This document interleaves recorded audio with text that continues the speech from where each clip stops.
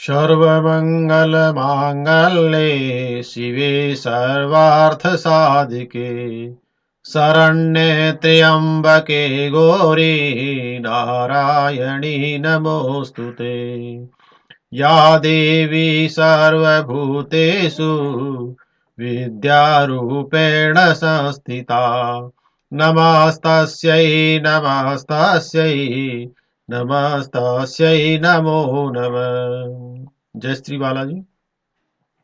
प्यारे छात्र छात्राओं, मैं दामोदर प्रसाद शर्मा, व्याख्याता साहित्य, राजकीय शास्त्री संस्कृत महाविद्यालय सालासर, साहित्य शास्त्र के प्रथम पत्र में प्रयुक्त षष्ठ परिच्छेद और षष्ठ परिच्छेद में 15वां प्रश्न, कार्यस्य पंचावस्था, कार्य की 5 अवस्थाएं हैं, उनका निरूपण करने जा रहे हैं। कृपया ध्यान से सुने। अवस्था पंच कार्यस्य प्रारब्धस्य फलार्थिभिः आरम्भयत्न प्राप्त्या सा नियताप्ति फलागमा। अर्थात फलार्थी भी, फल इच्छु भी, फल का जो इच्छुक है पुरुष ही, फलार्थी भी पुरुष ही प्रारब्ध से कार्य से पंचावस्था भवंती। कोई भी पुरुष कार्य करता है उसकी 5 अवस्थाएं होती हैं। पहली अवस्था है आरंभ, किसी भी कार्य को आरंभ करना। उसके बाद में उसके यत्न करना, प्रयत्न करना। प्राप्त्या आशा, प्राप्ति की आशा करना। नियताप्ति फलागमश् चेति। और तो इस प्रकार से ये 5 उसकी अवस्था होती है। कोई भी कार्य करते हैं तो उसकी 5 अवस्थाएं होती हैं। सबसे पहला है आरंभ, कि सबसे पहले व्यक्ति आरंभ करता है। आरंभ क्या है? भवेदारंभ औत्सुक्यम यन मुख्य फल सिद्धये। मुख्य फल सिद्धये यत औत्सुक्यम अस्ति स एव आरंभ। आरंभ किसको कहते हैं? कि मुख्य फल की सिद्धि के लिए जो व्यक्ति के मन में एक उत्साह होता है उसको हम आरंभ कहते हैं। मुख्य फल की सिद्धि के लिए व्यक्ति में एक उत्कंठा होती है, एक जोश होता है, वो जो है आरंभ होता है, उसको हम आरंभ कहते हैं। इसका उदाहरण है रत्नावल्याम रत्नावल्यंतपुर निवेशार्थम योगेंद्रायणस्य औत्सुक्यम। योगेंद्रायण की उत्सुकता, ये तो हुआ आरंभ, यानी किसी भी कार्य को प्रारंभ करते हैं उसको आरंभ कहते हैं। अब दूसरा होता है यत्न। प्रयत्नस्तु फलावाप्तो व्यापारोति त्वरान्वित। अर्थात नायकस्य नायिकाया वा मुख्य प्रयोजन प्राप्तो विषये अति त्वरान्वित व्यापारः प्रयत्नम उच्यते वा कथ्यते। यानी नायक हो या नायिका हो, मुख्य प्रयोजन की सिद्धि के लिए, प्राप्ति के विषय में जो वो अति त्वरान्वित है, अति शीघ्रतया कार्यम करोति, वो उसको हम क्या कहते हैं? व्यापार। व्यापार प्रत्यम उच्यते, उसको हम व्यापारम कथ्यते, व्यापार कहते हैं। यानी उसको हम यत्न कहते हैं। व्यापार प्रयत्नम यत्नम उच्यते। कोई भी कार्य हम जब करते हैं, यानी कि फल की प्राप्ति के विषय में अत्यंत शीघ्रता से युक्त जो कार्य किए जाते हैं, उस व्यापार को ही जो हम क्या कहते हैं? यत्नम कथ्यते व यत्नम उच्यते। उदाहरण यथा रामचरिते समुद्र बंधनादि। जब समुद्र बंधन, समुद्र बनाया गया तो रामचरित्र में सभी लोग बड़े उत्सुक थे और उन्होंने समुद्र का निर्माण किया, समुद्र बंधन आदि। अब तीसरा जो यह है, क्या है अवस्था? तीसरी अवस्था होती है प्राप्त्याशा, प्राप्ति की आशा।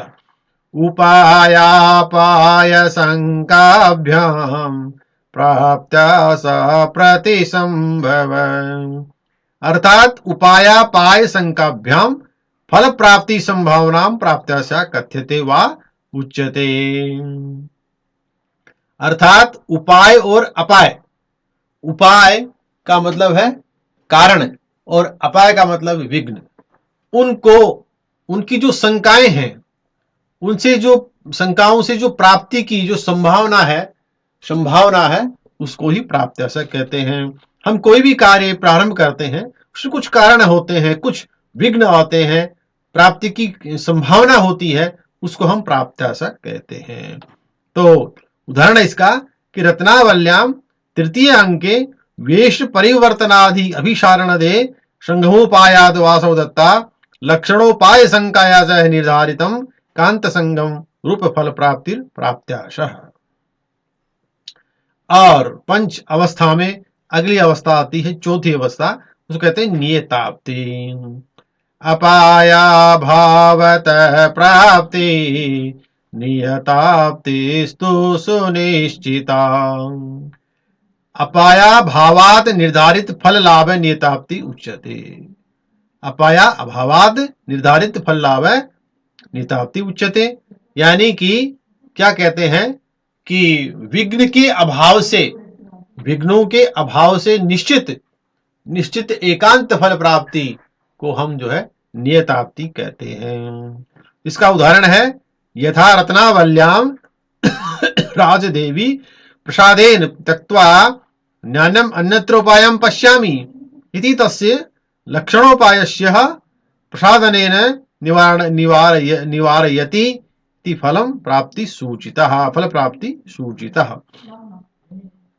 अब पंच अवस्था जो होती है उसमें पांचवी जो अवस्था है वो है फलागम, फल की प्राप्ति, फल का आगम। सावस्था फल योगस्य आद्य समग्र फलोदय। अर्थात यह समग्र फलानाम उदय से फलागम है। समस्त जो फलों का जो उदय है वो फलागम होता है। तो कहते हैं जो समस्त फल का उदय है उस अवस्था को हम जो है फलागम कहते थे, वा उच्यते। उदाहरण है इसका यथा रत्नावल्याम रत्नावली जो है रत्नावली लाभश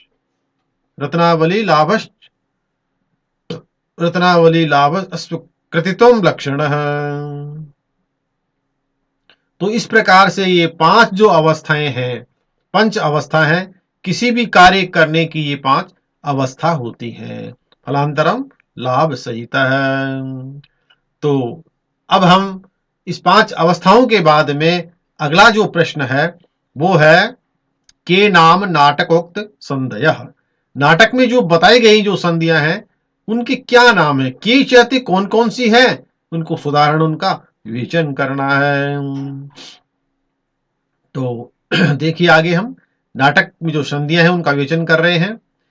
यथा संख्यमवस्थाभिराभिर्योगा तो पंचभि पंचदैवेति वृत्तस्य भागासु पंच संधय। अर्थान्तरैकार्थ संबंध संधिरेकान्वये सति। क्या कहते हैं, अर्थात मुख्य प्रयोजन से अन्वये सति अवांतरैक प्रयोजन संबंध संधि उच्यते वा कथ्यते। मुखम प्रतिमुखम गर्भ विमर्शः निर्भणम इति पंच संधयः च मुखम प्रतिमुखम गर्भो विमर्श उपसंहरति। यानी कि ये पांच प्रकार की संधियां होती हैं। इति पंचास्य भेदासु क्रमात् लक्षणम उच्यते। इन पांच भेदों के क्रम से लक्षण और उदाहरणों का विवेचन कर रहे हैं कि कौन सा लक्षण है, कौन सा उदाहरण है। पहला है मुख संधि। यात्र बीज समोत्पत्ति नानार्थ रस संभवा प्रारंभेण समायोक्ता तन्मुखम परिकीर्तितम्। अर्थात यत्र अनेकै वृत्तान्तै श्रृंगारादिभिः रसश्च व्यंजितः तथोत्साह रूपः प्रारंभ अवस्थाभिर्युक्तः बीज नामकार्थ प्रवर्ते समुत्पत्तिर्भवति। यानी सबसे पहले मुख संधि है वो बीज रूप में होती है। यानी अनेक अर्थ और अनेक रसों का जो सूचक बीज की जो उत्पत्ति है वो प्रारंभ है और जो उसकी अवस्था है उसको हम मुख संधि कथ्यते वा उच्यते कहते हैं। अब इसका संधि का दूसरा जो लक्षण है वो है प्रतिमुखम। दूसरी संधि जो होती है उसको कहते हैं प्रतिमुखम। फल प्रधानोपायस्य मुख संधि निवेशिन लक्षालक्ष इवोद्भेदो यत्र प्रतिमुखम च तत्। अर्थात यत्र संधो मुख संधि प्रदेशिनः प्रयोजन मुख्य कारणस्य किंचित ज्ञेयम् इव विकासो भवति तत् प्रतिमुखम नामना संधि कथ्यते वा उच्यते। दूसरी संधि क्या कहती है कि जहां मुख संधि में निवेशित उपाय का विकास कुछ लक्ष्य और कुछ अलक्ष्य हो उसको हम जो है प्रतिमुखम संधि कथ्यते कहते हैं वा उच्यते। तो कहते हैं उदाहरण इसका है कि रत्नावल्याम द्वितीय अंके वत्सराज सागरिका समागम हेतु अनुरागस्य बीजस्य प्रथमो अंकः क्षिप्तस्य सुसंगत्या विदूषकाभ्याम ज्ञायमानतया किंचित लक्ष्ये वासवदत्ताया चित्रफलक वृत्तान्तेन किंचित उन्नीयमानस्य उद्देश्य एवं उद्देश्य रूप उद्भेद है, वास्तव उद्भेद है। अब तीसरी जो संधि है उसको कहते हैं गर्भ संधि। फल प्रधानोपायस्य प्रागोद्भिन्नस्य किंचन गर्भायत्र समुद्भेदो आसान्वेषणवान्मुः। अर्थात फलस्य गर्भीकरणाद गर्भ। तीसरी संधि है उसको कहते हैं हम पूर्व संधि में कुछ प्रकाशित हुए फल प्रधान उपाय का जहां राष्ट्र और अन्वेषण से युक्त बार बार विकास हो उसको हम गर्भ संधि कहते हैं। उदाहरण इसका यथा रत्नावल्याम द्वितीय अंके सखी अदक्षिणे दानिम असित्वम या एव भार्या हस्त ते गृहीतापि कोपम न मुंचति इत्यादो समुद्भेद। चौथी जो संधि है उसका नाम है विमर्श संधि। विमर्श यात्र मुख्य फलोपाय उदभिन्नो गर्भतोदिक सापाद्यै सान्तरायश्च स विमर्श इति स्मृत। यत्र मुख्य फलस्य उपाय गर्भ संधे अधिक उद्भिन्नो भवति परम सापाद्यै विघ्न युक्तो स्यात् स विमर्श संधि उच्यते वा कथ्यते। चौथी संधि क्या कहती है कि जहां मुख्य फल का उपाय, जहां पर मुख्य फल का उपाय गर्भ संधि से अधिक उद्भिन्न हो परंतु साप आदि से विघ्न युक्त हो तो उसको हम विमर्श संधि कहते हैं। उच्यते वा कथ्यते। उदाहरण इसका यथा शाकुंतले प्रियम वदे यद्यपि गांधर्वेण विवाहेन निवृतः कल्याण प्रिय सखी शकुंतला तथापि अनुरूप भृतृगामिनी संवृतेति निवृते तेति तीर्थेयम्। ये चौथा भेद हुआ। अब हम उसका अंतिम जो भेद है निर्वणम संधि, निर्वण संधि पांचवा जो भेद है उसका विवेचन कर रहे हैं। बीजवंतो मुखाद्यरथा विप्रकीर्णा यथा यथम् एकार्थम् उपनीयन्ते यत्र निर्वणं हि तत्। कहने का तात्पर्य यत्र मुख्य फल प्रयोजन युज्यन्ते तत् निर्वणम उच्यते वा कथ्यते। पांचवी संधि क्या कहती है कि बीज वाले मुख आदि संधियां बिखरी जाकर जहां एक प्रयोजन में लाई जाती हैं उसको हम जो है निर्वणम संधि उच्यते वा कथ्यते। निर्वण संधि उसको हम जो है कहते हैं। यथा उदाहरण इसका कि शकुंतले सप्तम अंके शकुंतलम अभिज्ञानात् उत्तरो अर्थ राशि ही।